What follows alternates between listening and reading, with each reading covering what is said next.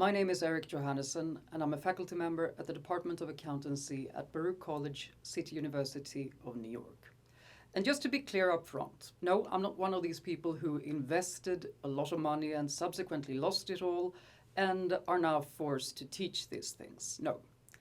I'm genuinely interested in equity valuation. It's something I'm really interested in both from a research and from an education point of view. And this and other lectures in this series about equity valuation is joint work with my good friend and colleague Jim Olson, currently a faculty member at Hong Kong PolyU. So it draws on 10 years of my own research and, 10 plus years of his.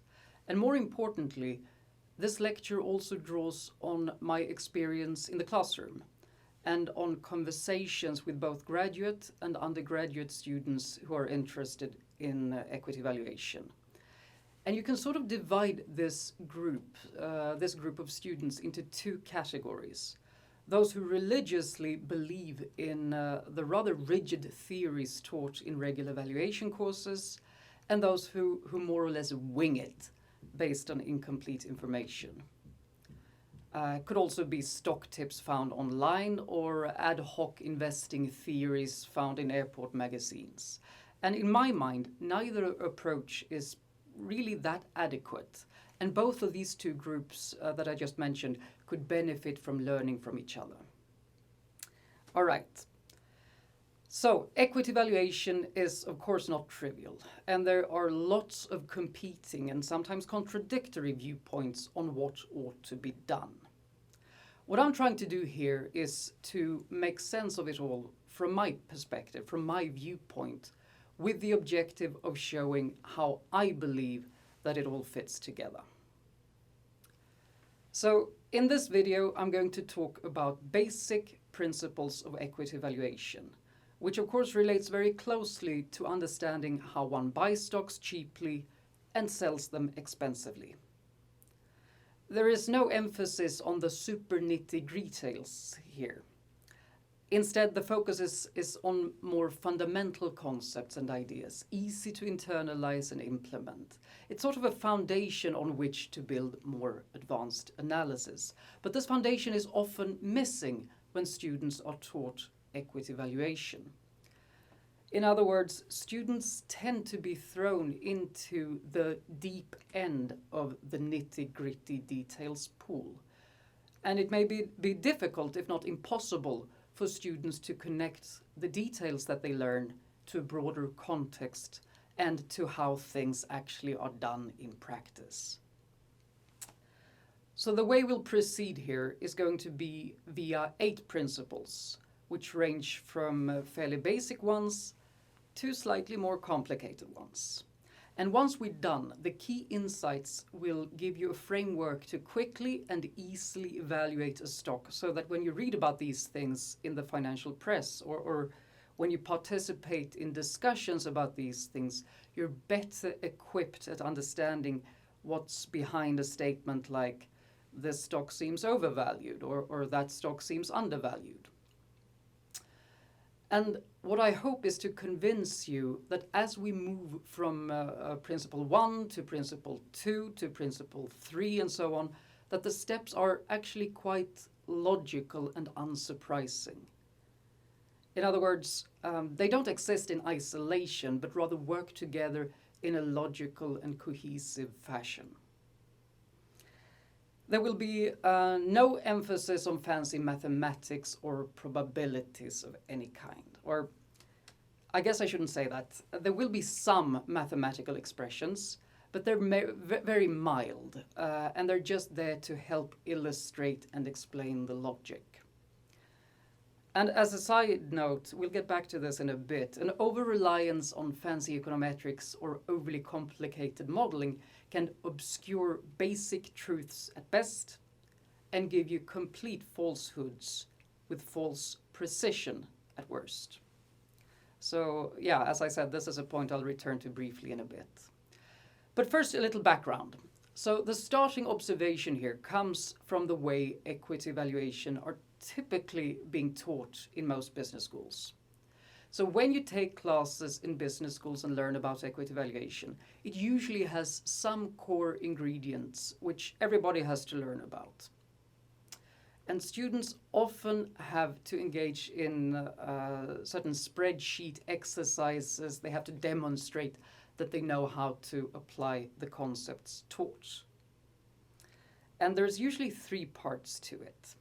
The first one is that something probably has to be forecasted. You can forecast earnings, free cash flows, dividends, residual income, whatever have you. There are, of course, various models with various different forecasting requirements and attributes, but somewhere along the line, something probably has to be forecasted. Now, for the second part, usually for a complete valuation model, you have to have what's called a terminal value, a value at the end of the explicit forecasting period. And to calculate this terminal value, you need to specify 2 parameters. G, which is a growth parameter, could be growth in earnings, growth in free cash flows, growth in dividends, growth in residual income. Depends on what model you're trying to use here. In other words, something has to grow at the end of the horizon. And additionally, you also have to have a discount rate. It goes almost without saying that somewhere along the line, some future amount has to be discounted. And the discount rate is typically denoted R or R subscript T, something to that effect. Textbooks usually provide some guidance and some narrative as to how to properly identify this discount rate via the CAPM or through some other means. And the third part is that once you have these pieces in place, you have the forecasts, you have G, and you have R, you can calculate what you may view as being intrinsic value, denoted here by V as in value. So V depends upon the forecasts, it depends upon the discount rate, and it depends upon the growth rate G. And putting these parts together in a cohesive fashion, well, then you end up with an intrinsic value. And the intrinsic value is used to determine if the stock in question looks cheap or expensive. And the way you arrive at that conclusion is to compare the intrinsic value that you have calculated to the actual stock price. And the punchline is that comparing the intrinsic value V to the actual price P, that's supposed to provide guidance as to whether you want to buy or sell the stock, long position, short position. Now, there may, of course, be all sorts of other things that you may want to take into consideration, like the materiality of the difference between price and intrinsic value, for example. Is this difference between price and intrinsic value large enough for you to act on? But the key thing here, and the point I want to make, is that this sort of framework is what's taught in most valuation courses, in most business schools. And when students get exposed to these things, it's usually not a happy experience. Or maybe it is a happy experience initially, but it doesn't quite last once they go out and try to apply these ideas in the real world. And in my mind, this is going to be something that's a very important part of the overall takeaway from this lecture. This is not how investors and professionals organize their thinking. So if you sit down and talk to investors and professionals, a majority of them would not bring up R. They would not bring up G, at least not in the very beginning of the conversation. It's simply not how they organize their thinking. It's not what the conversation would revolve around. It's not as if they would reject this approach outright. It's not that they wouldn't be willing to discuss these things, but R and G are perhaps not as central in practice as a traditional valuation course may have you believe. Which of course then begs the question, why not? Well, we have alluded to an answer to this already, and I think that just like many students, it comes down to nailing down what R and G actually are and implications of how these parameters are used. So the difference R minus G is typically what you have in the denominator when you calculate the terminal value that I just mentioned. And very small changes in R and G can have huge impacts on the intrinsic value. The terminal value is very sensitive to these unobservable future growth and discount rates. And also practitioners and analysts, they may also be a bit uncomfortable with what exactly to forecast, how to do so, and there are simply too many balls to juggle, each with their own imprecision and uncertainty. And then we get back to the question of what to do. What do we do instead? This is where the 8 principles of valuation in this lecture come in. But before we jump into it, let me show you the following quote or paraphrase to help anchor the discussion. It goes as follows. Our job is as straightforward as it is easy. All we have to do is to be more accurate than our peers when forecasting sales and profit margins. So we'll return to this quote in a bit. Okay, starting with the first principle of valuation. It's easy and intuitive, and it doesn't take that long to talk about. But make no mistake about its importance. So the first thing you always have to keep in mind is that the stock market is not a game against nature. If you engage in investing activities, buying and selling stocks, you're going to have to trade. And that means that there will be a counterparty. Someone else is trading with you, and this should be recognized.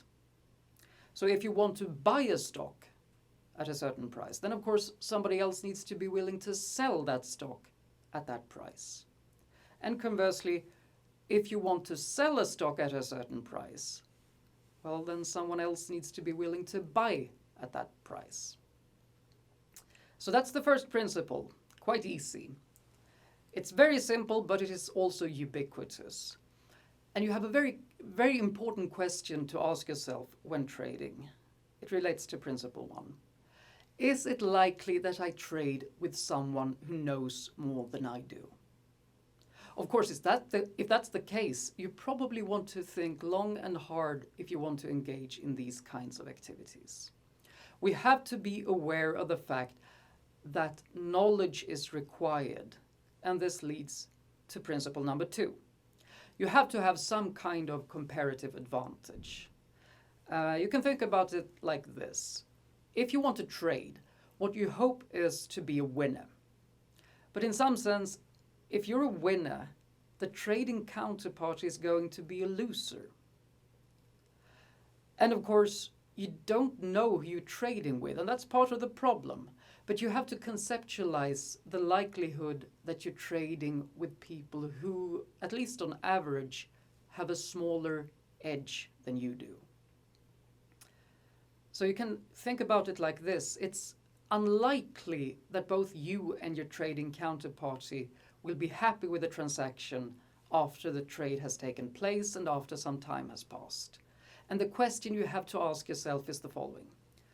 Is the probability more than 50-50 that I'm going to be the one who's going to be happy with a trade?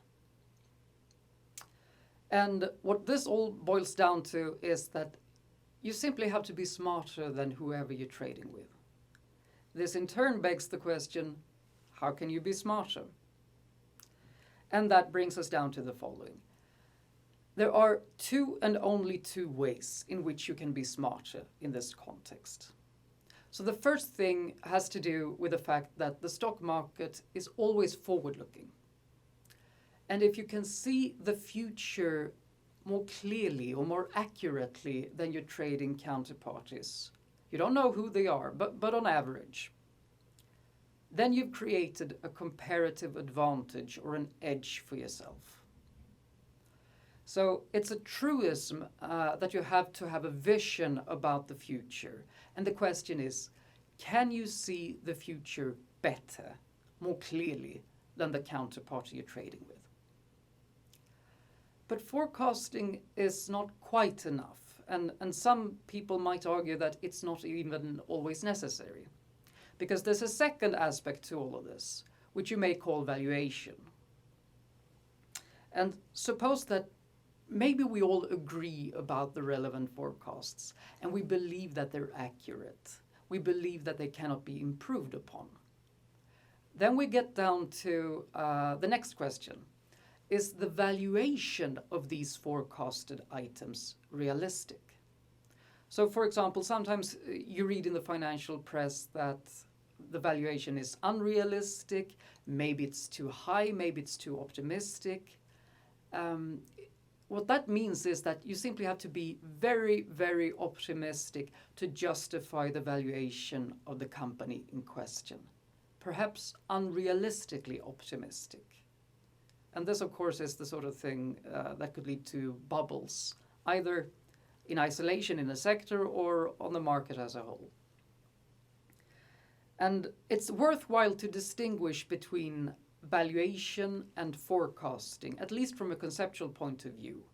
So just to repeat, to hammer this in, the forecasting has to do with trying to predict the future. The valuation has to do with putting a price on these predictions, which in turn, very simplified, relates to the likelihood that the expected or forecasted amounts are going to be realized. And also it has to do with the risk involved of these things. So principle 2 is also quite easy to state. And maybe the first point here is easy to understand. The second point is a little bit trickier. So let's elaborate on that a bit. Makes things a bit more specific. So first, let's acknowledge that we need to know what other market participants focus on. Otherwise, principles 1 and 2 wouldn't be particularly helpful to us. So the first point here on this slide relates to the first point on the previous slide, and it's about forecasting. What is it that analysts actually forecast? And what do investors really care about? Well, analysts probably don't forecast the weather, and they probably don't forecast the number of people on the board of directors. So what is it that they're actually forecasting?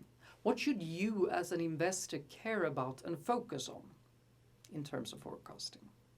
What could give you a comparative advantage and edge when trading?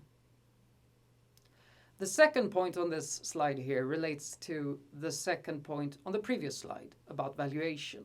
Because once we have our forecasts in place, we have to put a price on them. In other words, given the forecasts, what would be a reasonable valuation? And can you, as an investor, figure out if this is on the low end or on the high end, and hence get a comparative advantage? All right, so far, so good.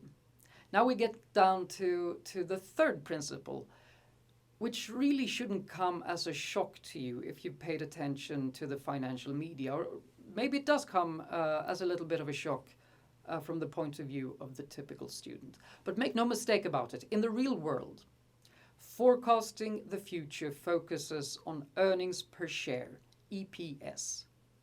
Not free cash flows, not residual income, not dividends.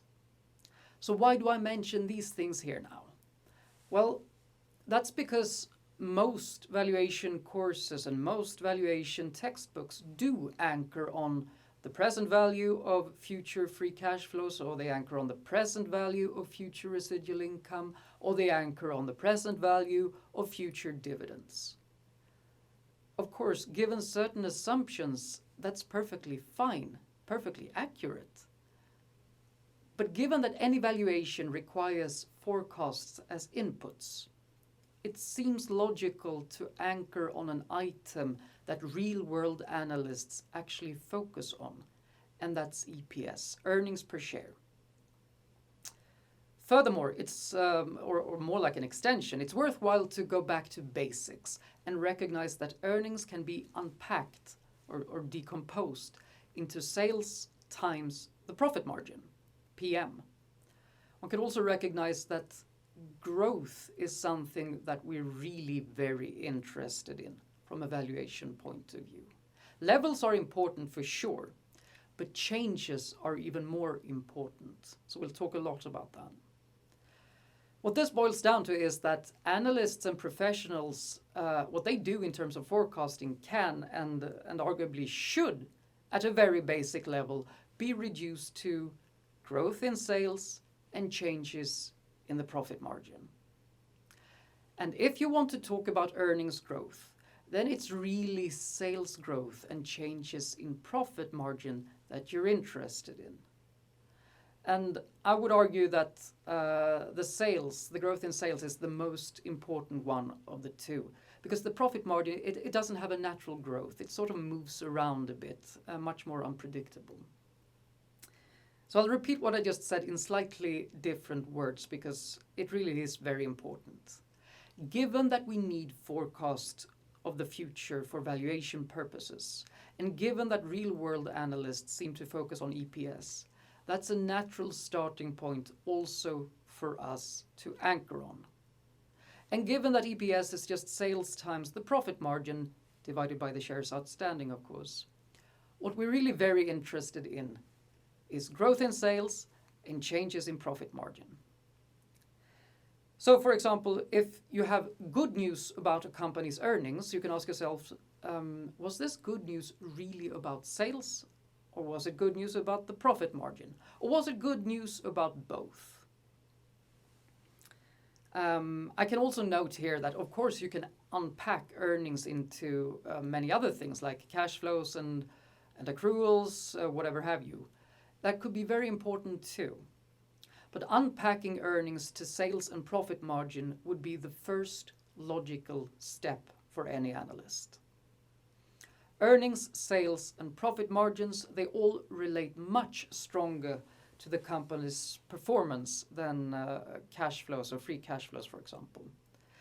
And we really do care a lot about performance and profitability.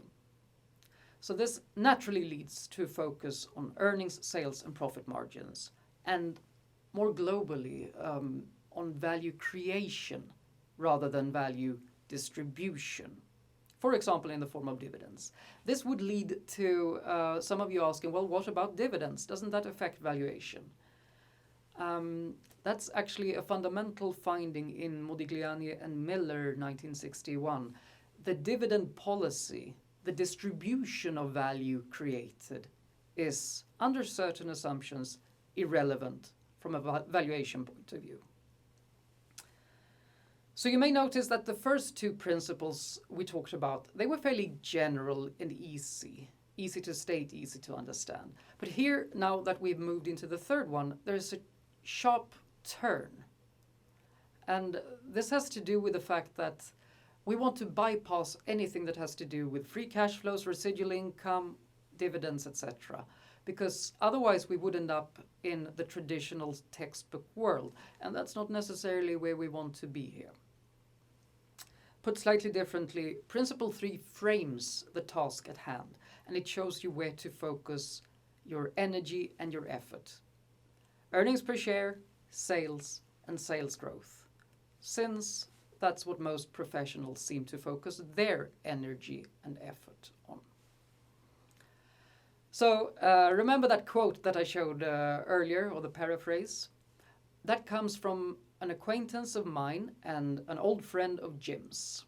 And he didn't want to stay in academia. He decided to go out in the real world, work on Wall Street, and he became a professional analyst. And he said that our job is as straightforward as it is easy. All we have to do is to be more accurate than our peers when forecasting sales and profit margin. Now, this is of course slightly ironic, but it very much ties into what we have talked about so far. And there's one moral and one fact attached to this story. The moral is that you cannot forget about what other market participants think about future earnings or sales growth. No serious analyst or investor would ever put this aside. And then we have the fact here relating to the question, why do stock prices change? And the answer to that is that prices are fundamentally driven by changes in perceptions about sales and, to a lesser extent, changes in perceptions about profit margins. So if the market suddenly becomes more optimistic about future sales, then guess what? Well, stock prices go up. And the same thing for profit margin. So these are, of course, not the only things that drive stock price changes. But if I had to single out one thing, I'd say that sales or revenues is the most important driver. Stock prices respond to changes in perceptions about future sales. So let's look at principles 1, 2, and 3 in action here. And for that, we need a little bit of data. And there are numerous data providers out there. You have Bloomberg and Capital IQ and Google Finance, etc. Some are free, some require a subscription. In this lecture and other lectures in this series, we'll use Yahoo Finance, but most websites have similar information. And I want to point out that part of the purpose here is to get information that directly illustrates points to be made.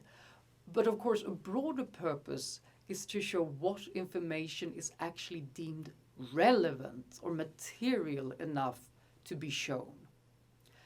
In other words, what information do real-world investors seem to request? What do they require? What do they work with? So here we're looking at the company 3M. Let's first make sure that you get a sense of what investors seem to care about. Prominently featured under the Analysis tab, earnings estimates. Earnings are being forecasted. One can note that these are analyst consensus estimates, and conceptually that's sort of an average or a median across analysts. One could also note the absence of cash flow estimates, of dividend estimates, of residual income estimates. And then we also find here in the first row the number of analysts, their average estimates, the low estimate, the high estimate, and what does that tell you? Well, market participants seem to disagree, and that's perfectly fine. In fact, there's a demand for knowing what these disagreements stem from, what they are and what they stem from. And going back to principle 2, some of these estimates, they will be winners, some will be losers. Some of the analysts behind them have a comparative advantage relative to others. And then finally, we have last year's earnings per share, last year's EPS. And remember what I said about unpacking of earnings into revenues or sales and profit margin? Well, analysts, they forecast revenue, and that's what show up next here. Since earnings equals revenue times profit margin, you can infer forecasted profit margin from the first two panels. You can also notice here what you have in the bottom of the second panel, growth, or more concretely, sales growth. Growth as perceived by real-world analysts centers around sales. And as I alluded to earlier, if we assume that the profit margin is going to remain stable, then of course the sales growth is going to translate into earnings growth. Does this sound simple? Yes, of course it does. Is it important? Well, let me put it this way. It's very, very difficult to overrate the importance of these key points. In the third panel here, we have information on how well analysts managed to forecast earnings in the past. So sort of like a forecast error thing. You notice that we're very, very interested in surprises. Good news, bad news. That's what you have here at the bottom row. The EPS estimate, the actual realized EPS, and the difference or surprise. So the EPS surprise might be good or it might be bad. And for 3M here, we see that it's been pretty good news overall. We probably would have expected to see the share price of 3M to have increased. And lastly, you can note that there are forecasts for various horizons as well. 1 quarter ahead, 2 quarters ahead, for the current fiscal year, for the next fiscal year. And keep this in mind because we'll return to this later on. Now, these slides should make a big imprint on you because it so clearly illustrates what real-world market participants view as important. And you can get used to these things fairly quickly. You'd get a sense of magnitudes regarding both EPS and the growth rates. So this slide strongly underpins the motivation for this video. Namely, if analysts are focused on EPS, sales, and sales growth, shouldn't that also be the natural starting points when you learn about equity valuation as a student? All right. Continuing with analysts' forecast, you can also see here how the forecast for one and the same quarter has changed due to the passage of time. And this ties into the idea that good news and bad news for a stock centers about how perceptions about the future change with the passage of time. And if you expand the horizon and look at multiple dates, you can of course infer how perceptions about future growth has changed with the passage of time. And based on this information, we may want to revise the conclusion from before that 3M had positive surprises and that its stock, the stock price likely went up.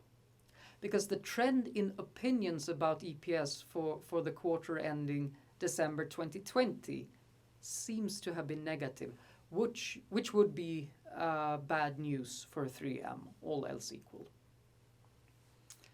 All right, now we move into forecasting, which of course is central for any kind of valuation. You can elaborate on this endlessly, but in this lecture, I'm just going to hammer in the most important points. Contemporaneous published financial statements are absolutely not interesting for valuation purposes, unless they bear on forecasting.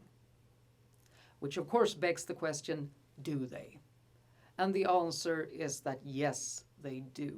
People talk about past earnings and past sales and past cash flows, realized financial statements, etc. And they do this because they have to visualize the future, and the past helps in this endeavor. And you can see a connection here to principle 2. You have to have a comparative advantage, and I guess principle 3 also applies since it guides you where you focus your energy on.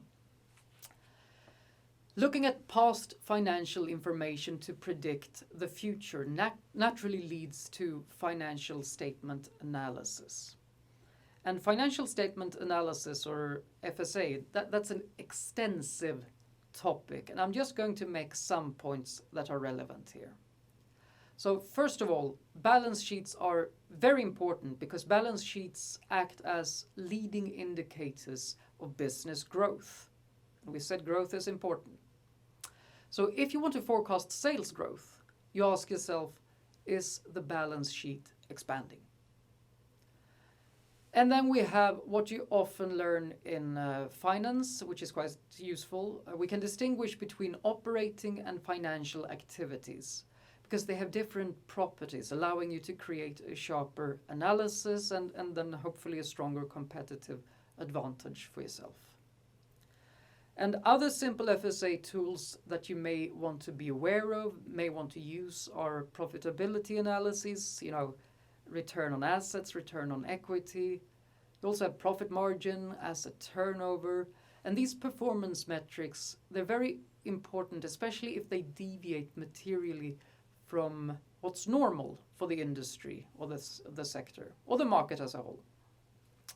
And this is because if they're extremely high or extremely low, they will probably revert to the mean as time goes by. And you should probably incorporate this mean reversion in your forecasts of the future. Then we get down to some subtleties. Look at the cash flows. And why should you look at the cash flows? because cash flows often correlate negatively with future growth. Nice companies, appealing companies, they are not distinguished by high free cash flows, because nice, appealing companies make investments. And when you make investments, cash goes out and the cash flows are negative. Another unrelated subtlety is accounting quality, the extent to which the company plays around with the books. This would affect the quality, the forecasting properties, and the persistence of earnings. Earnings quality issues chiefly pertains to the profit margin.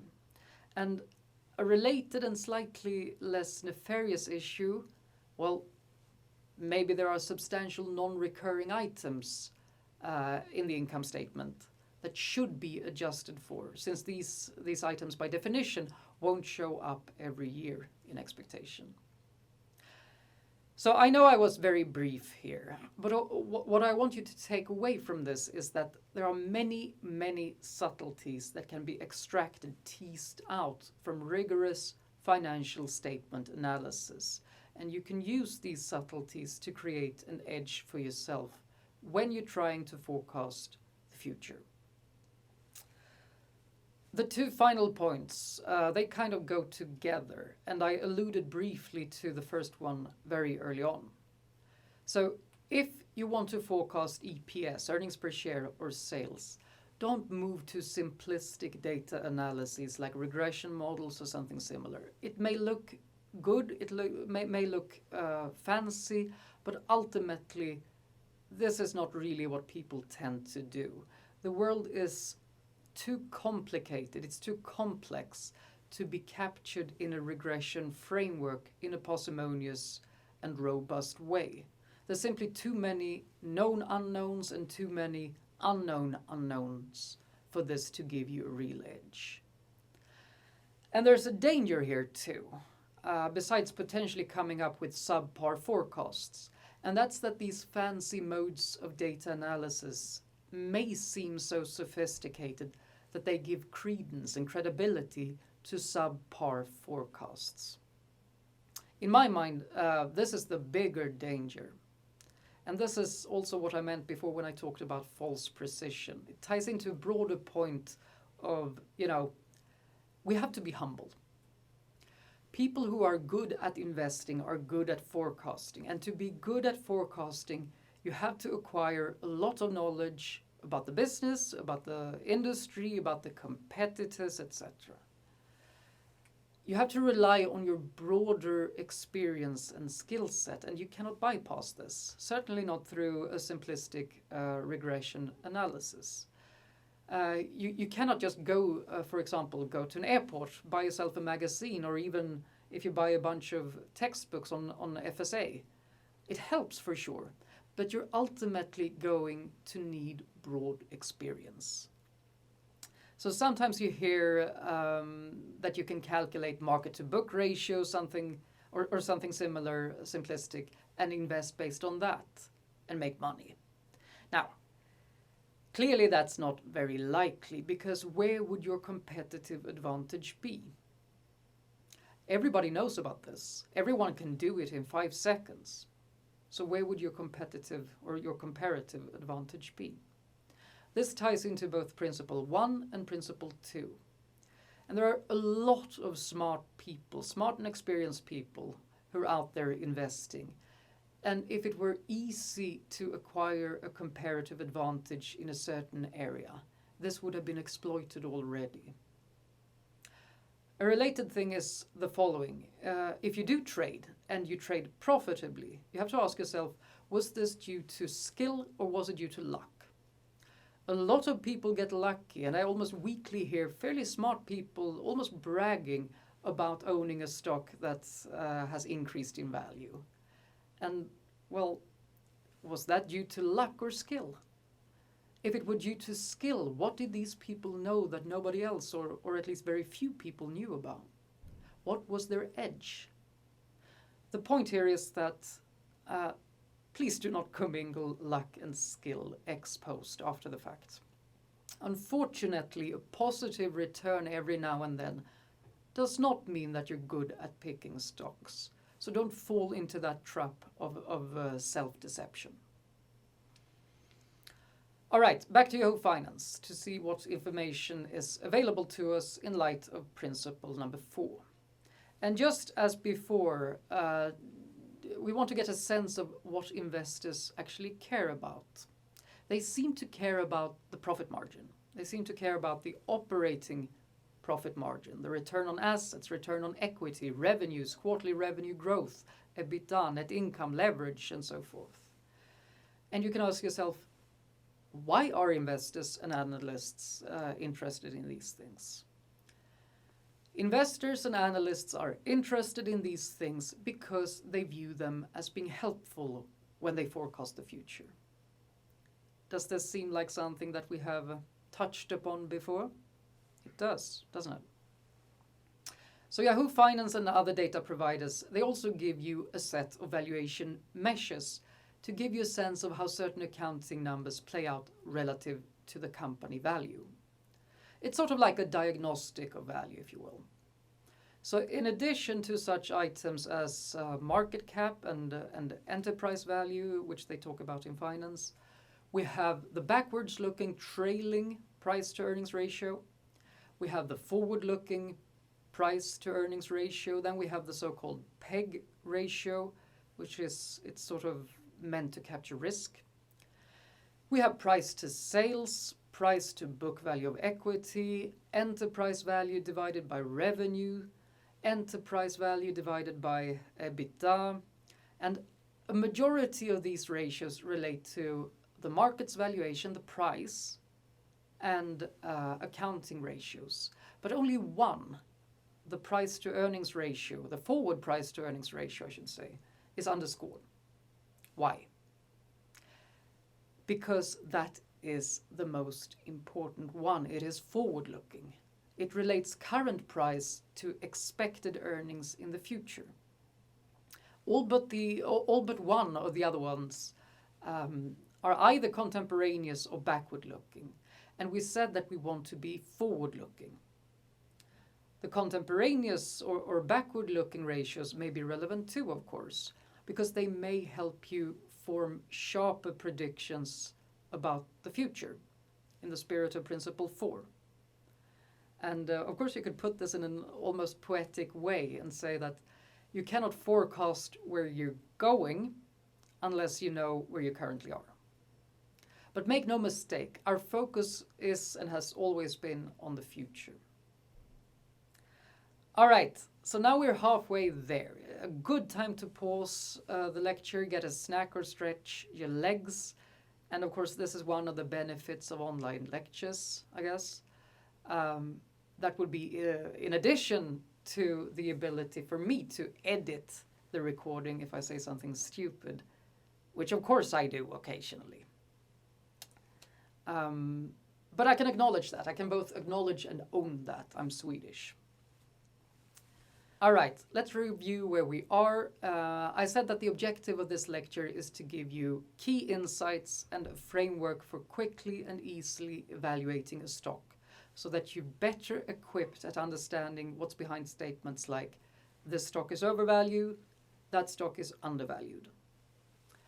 We have covered the following 4 principles so far. Number 1, we always recognize that trading involves counterparties who may or may not know more than we do, or may not process information better than we do. Number 2, we have to have a comparative advantage to be successful, if we don't want to rely on luck, that is. We have to either be better at forecasting or better at assessing what a reasonable valuation is, given the forecasts. Number 3, what's the name of the game? The name of the game is future earnings. And then number 4, we have seen how the past can help influence forecasts of future earnings or sales. We have 4 more principles to cover, and the complexity will increase somewhat from now on. We have laid out the foundation, now we up the complexity. So the 5th valuation principle, get a first cut sense of intrinsic value from forward EPS, or expected future earnings per share, to be precise. What I'm going to say now is absolutely trivial, probably, for an experienced person. But you can never, ever overrate the importance of this statement. To get a sense of a company's valuation, real-world investors always start with a forward PE ratio that we just saw on the previous slide. So, what is the forward PE ratio more specifically, you may ask? It's the current price divided by expected earnings per share, either expected earnings per share for the current fiscal year or for the next fiscal year or for some other future period. The point is that the denominator reflects an expected amount, not a realized amount. And if you ask a professional who follows a company, he or she knows a lot of things, per principle number 2. But foremost in his or her head, how does the current price play out relative to forward earnings per share? And why is this so important? Well, in some sense, the name of the game is to buy future earnings cheaply. That's a well-known doctrine. Trying to buy your realized future earnings cheaply. And the forward PE ratio is a diagnostic of this. And as a gut reaction, one can argue that, well, the PE ratio should be small to ensure that the earnings are bought cheaply. But that misses out on the obvious point that there may be very good reasons why PE ratios are relatively large. And although it may be tempting to attribute differences in price to earnings ratios to risk, another and more basic explanation would be growth. Now, remember that there are 2 main forward EPS numbers for whole fiscal years. So this one is for the fiscal year 2020. This one is for fiscal year 2021. Let's call them EPS 1 and EPS 2 respectively. We're going to use these extensively going forward. And given that we have 2 EPS forecasts for 2 consecutive years, we can of course then also infer the expected growth in earnings and in sales if we're willing to assume a constant profit margin.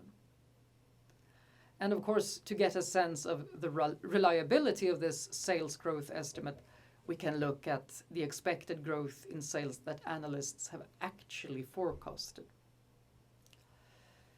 Given that we have 2 EPS forecasts, EPS 1 and EPS 2, we hence also have 2 forward price to earnings ratios. Current price divided by EPS 1 and current price divided by EPS 2. So these are company-specific ratios, but you can of course calculate forward PE ratios for all listed companies, for all companies in the S&P 500 index, or for all companies in any given sector, etc., etc. And taking the average or median of these PE ratios would give you the typical forward PE ratio for all listed companies, or all listed companies in the S&P 500 index, or a company in a given sector. So this is our starting point for arriving at a first cut valuation of a company that we're interested in. And to be specific, one can forecast or one can estimate the intrinsic value in the following crude way.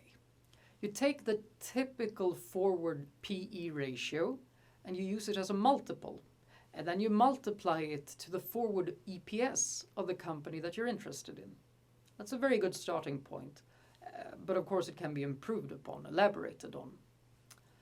So if you use EPS 1, the typical multiple, the multiplier in other words, should reflect the typical forward PE ratio with EPS 1 in the denominator. It's usually something like 16 or 17 for S&P 500, but as of November 2020, it's a bit higher, 19.1, due to a quite successful stock market year and rather low expectations about near-term future earnings.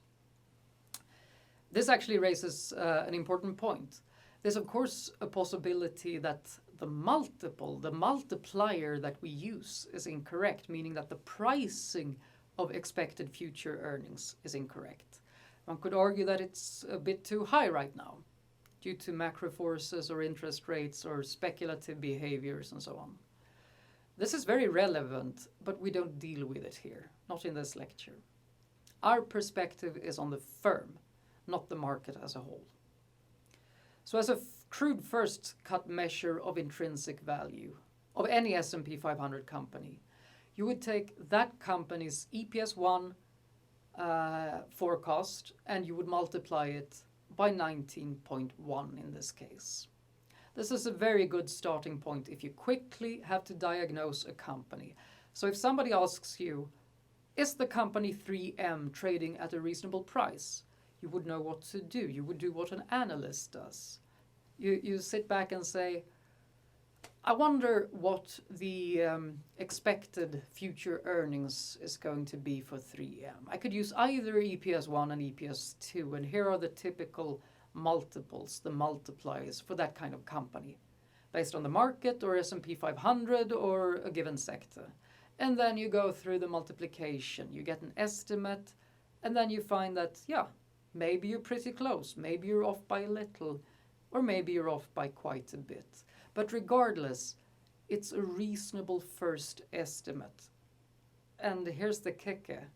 It's actually quite hard to beat as a reasonable first estimate. It turns out that using EPS2, that's even better as compared to EPS1. One can prove that this should be the case under fairly general assumptions, but it's factually true here. I won't go into the details.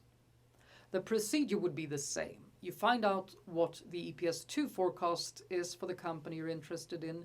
You apply the typical forward PE ratio based on EPS2 for the market, for S&P 500, or for the sector in which the company operates. For S&P 500 companies, that multiple turns out to be 17.6 as of November 2020. This is lower than the S&P 500 EPS1 multiple that we discussed earlier, 19.1. And this is expected because it accounts for growth. We'll get to that in a bit. So let's make things a bit more concrete by applying this first cut valuation to 3M. And why 3M, you might ask? Well, it's alphabetically the first company in the S&P 500 index. That's the one and only reason I chose this company. So the way you would proceed here is to find the EPS1 estimate, and then you multiply it by the appropriate EPS1 based multiple. In this case, 19.1. And for 3M, that would give you an estimated value of 162.5, which is pretty close to the actual trading price in the beginning of 2021. But I said that typically EPS2 works even better than EPS1, so let's look at that one too. EPS2 for 3M is 9.52, and multiplying that by the appropriate EPS2 based multiple of 17.6 gives you an estimated value of 167.6, which is even closer to the actual trading price. So this seems to be working fairly well for 3M, but this is quite expected given that 3M is an old, mature and stable company. It's sort of a typical company in the S&P 500 index.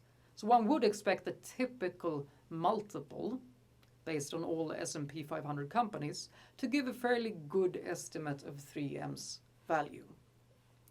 So by contrast, if we instead look at Tesla and apply the same multiples, you can see here that we're way off. In other words, the valuation error is enormous. But this too can be expected given that Tesla isn't a typical S&P 500 company. Maybe it should be viewed as an R&D intensive tech company instead.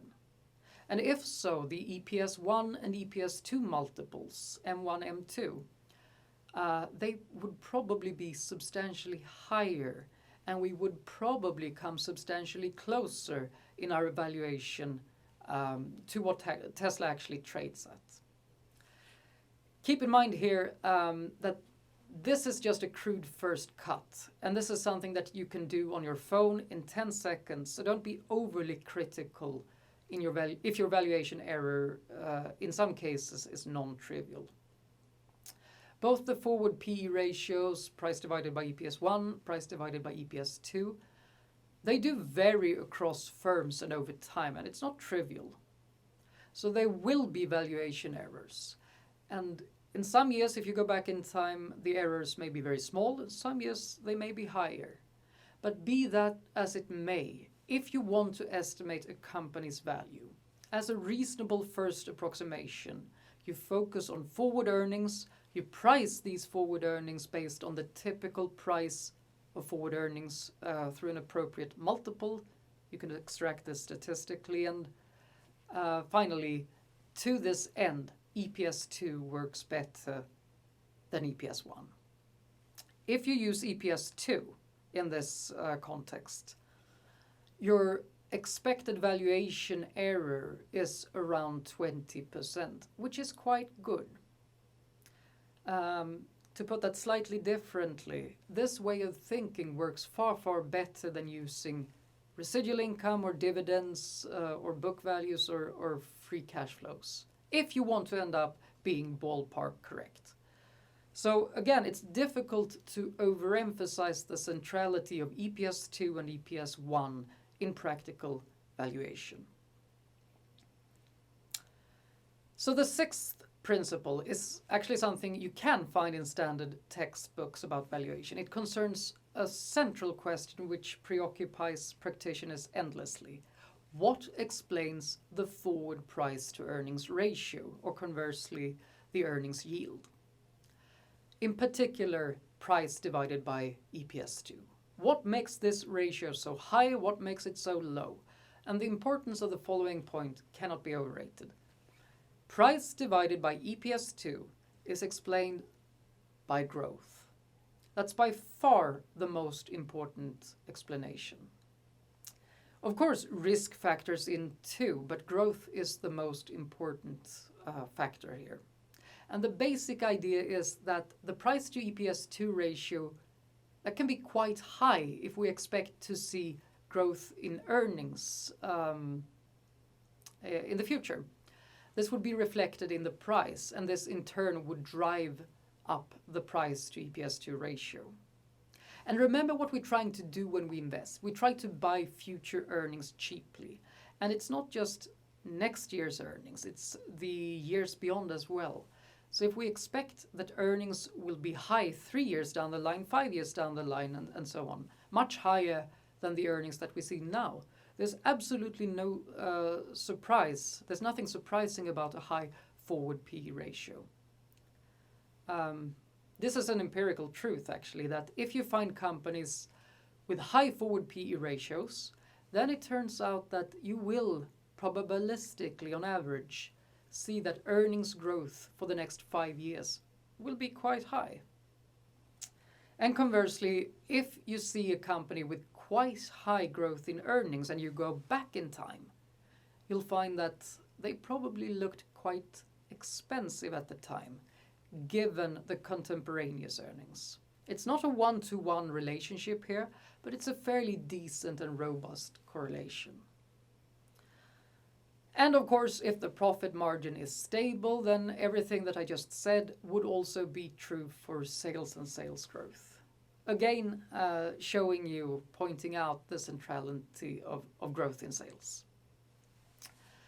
The two primary growth metrics we'll concern ourselves with here is the short-term growth in earnings and the short-term growth in sales. Both are very important for valuation purposes, so let's talk a bit about them from a forecasting point of view. So short-term growth rates are serially correlated over time. And for earnings growth, the correlation is around 0.62 in the cross-section, averaged across years.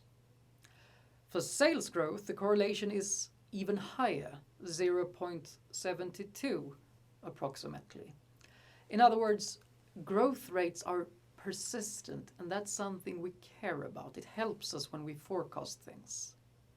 And make no mistake, if you use statistical models to predict future sales or future earnings, you will in expectation get something that is not nonsensical. But narrow statistical models are unlikely to give you a comparative advantage. They're unlikely to be competitive in this regard. So we get back to principle 1 and principle 2, and the basic idea that when you trade with other people, and you need a comparative advantage because these people are quite clever. They gather information, they process information, they use all their tools that they have available, they use the big brains, and in general, they know what they're doing. They certainly care about growth, both in earnings and in sales. That's a focal point for them, and it should be a focal point also for you. Now you may wonder, how well do the short-term growth in earnings or sales help you to explain the forward P ratio? More specifically, the price to EPS2 ratio. Well, the correlation between short-term growth in earnings and the price to EPS2 ratio, that's about 20%. The correlation between growth in sales and the price to EPS2 ratio, that's even higher. It's about 28%. And this is non-trivial, and it shows that expected growth is very important for explaining the forward PE ratios. There's absolutely nothing surprising about this, of course, given that these short-term growth rates should be indicative of growth a little longer down the line, so to speak. So don't get distracted by free cash flows or EBITDA or perpetual growth rates or discount rates or G and R and these things. Focus on the growth in earnings, growth in sales for the next couple of years, and you will connect to how things are done in the real world. All right, after having established the importance of growth, we're now ready for a second cut valuation. It's only a slight elaboration on the first cut, but it does incorporate the expected growth.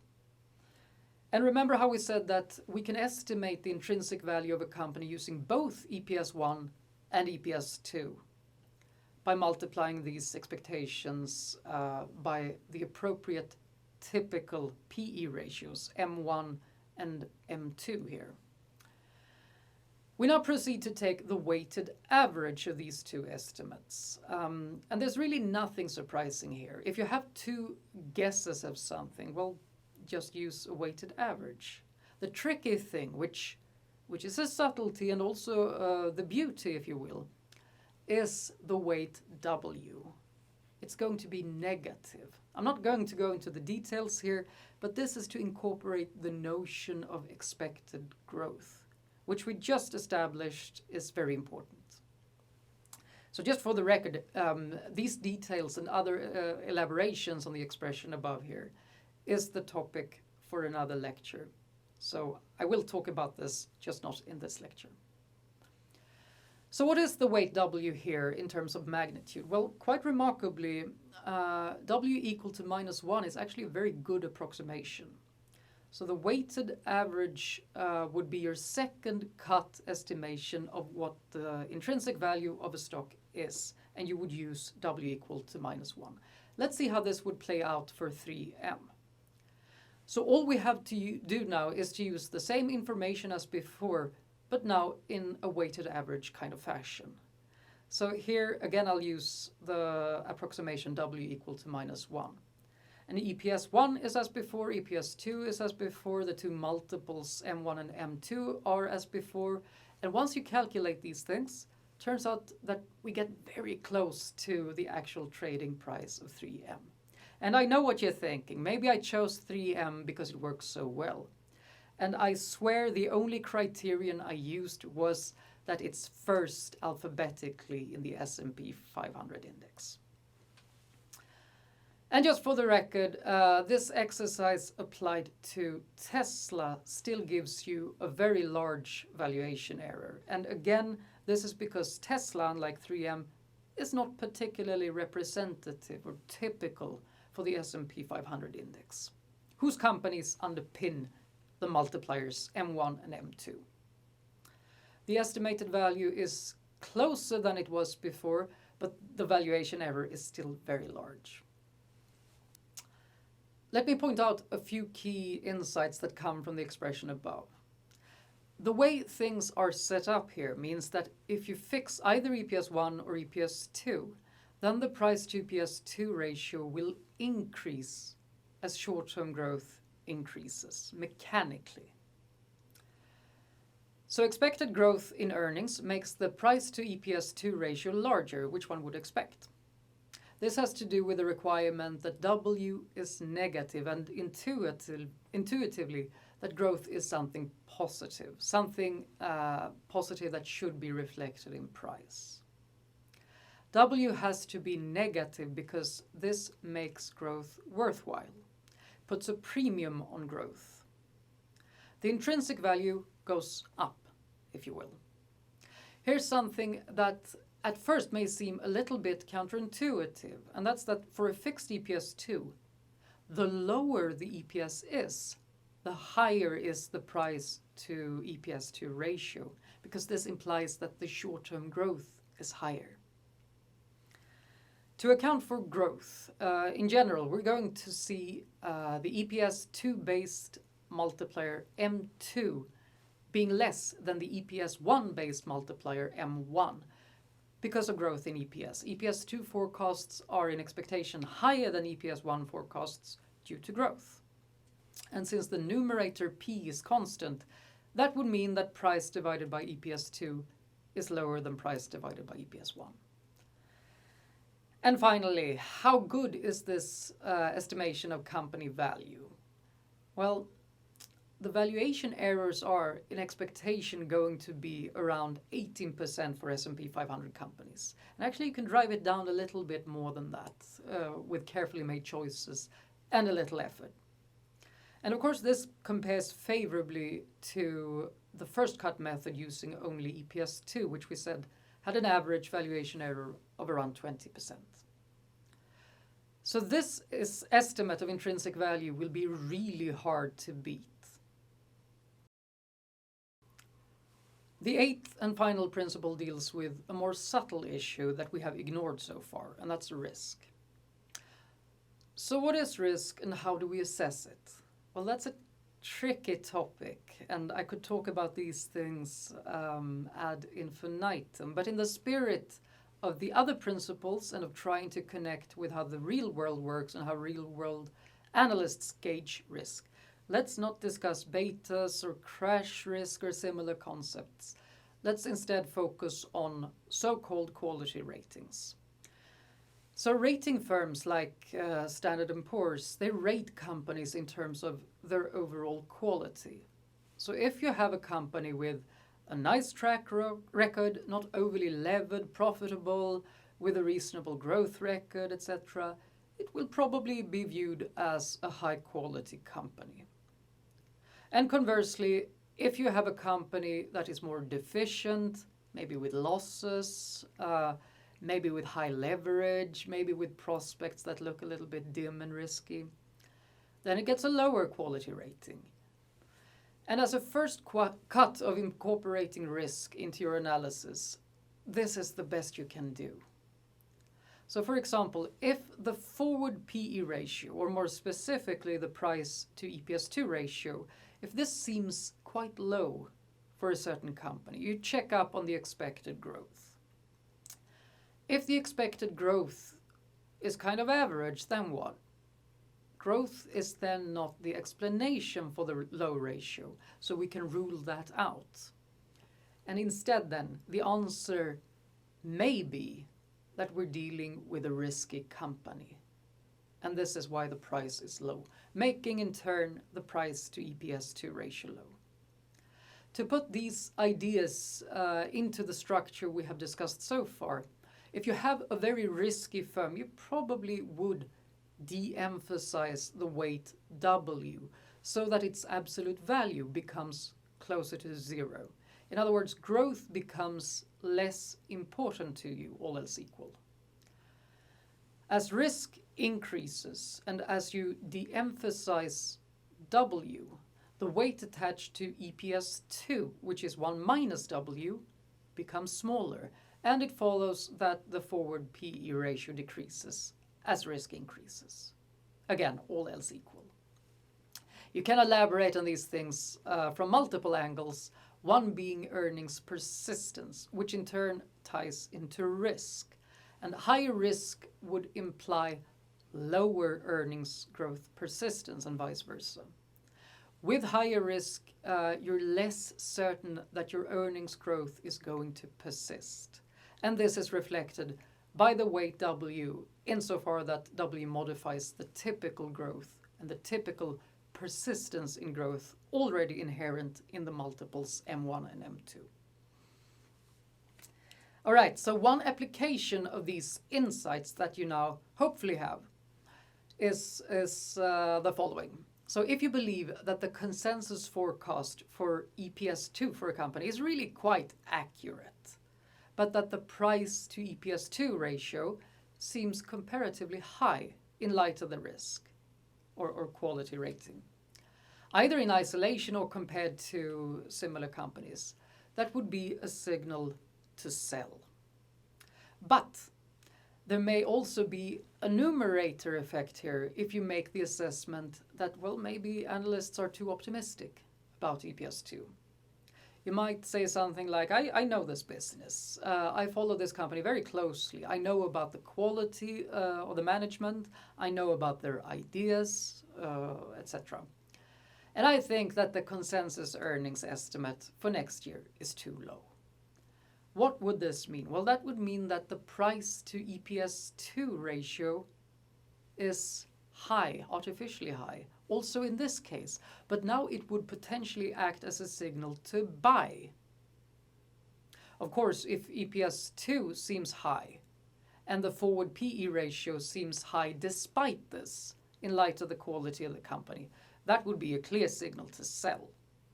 So, in other words, a high forward PE ratio could either indicate buy or sell if viewed in isolation. But hopefully you can see what kind of signal this is and tease that out by looking at the denominator, the forecasted EPS2. And that's actually a very important point per principle number 2. If you want to create an edge for yourself, if you aspire to have a comparative advantage when trading, your best bet is to become an excellent forecaster of the future, at least in my opinion. All right, let me round off with the following conclusion about EPS1, which goes back to the point I briefly made earlier, if anybody remembers it. Let's assume that you agree with the analyst consensus forecast for EPS2, but you are more optimistic than the analysts regarding earnings for the current fiscal year, EPS1. The implication here would be to sell, not to buy, which may be a little bit counterintuitive at first. But the idea is that by being more optimistic about EPS1, you really are more pessimistic about short-term growth. And growth is valuable. And if you're right and the market is wrong, then of course the market would have to lower its expectations about growth in the future, all else equal. And this revision in expectation would be bad news for the company in question. And thus, in expectation, all else equal, the stock price should go down. All right, now we have dealt with all 8 principles of valuation that I intended to cover in this lecture, and I hope that the expression above now makes sense to you. I also hope that you have learned how to use it to both value and evaluate a company. And foremost, I hope that you have internalized that as a first or second cut attempt at doing so, it's very hard to beat. And also that this way of thinking connects very well with how things are actually done in practice by professionals, either explicitly or implicitly. It's a solid foundation on which to build more advanced models, to incorporate more information, to arrive at sharper conclusions. So let's summarize. we have to be aware of the fact that we're going to trade with people. There will be counterparties in the market. We have to have a comparative advantage, either being better at forecasting or being better at valuation. And the thing we want to forecast is earnings. Not cash flows, not residual income, not dividends. It is earnings, or more specifically, earnings per share. We try to make a determination about future earnings by anchoring on past information and expectations about the future. That equips us very well to come up with some basic idea of the stock's intrinsic value. And to understand why this estimate might be on the low side or the high side, we can dig a little deeper by looking at growth and see how that explains things. Of course, we could also dig even deeper and say, well, we can arrive at a sharper estimate of value by using a weighted average of the EPS 1 based model and the EPS 2 based model. And finally, we can also try to, in a parsimonious way, incorporate risk, because we shouldn't neglect risk. All right, that's it for this lecture. I hope you have enjoyed it, and more importantly, I hope that you have learned something. Thank you.